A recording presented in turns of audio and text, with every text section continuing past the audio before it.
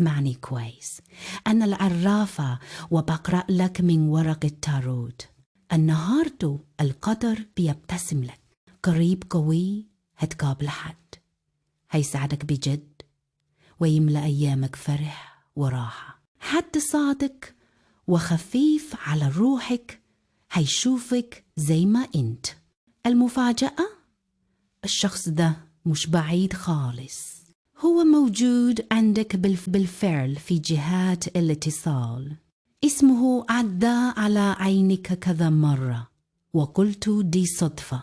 مفيش صدف هنا، دي إشارة. ولما يطلع لك القلب قدامك دوس عليه، افتح بابك وسيب الخطوة تيجي. ما تترددش، السعادة بتحب الشجعان.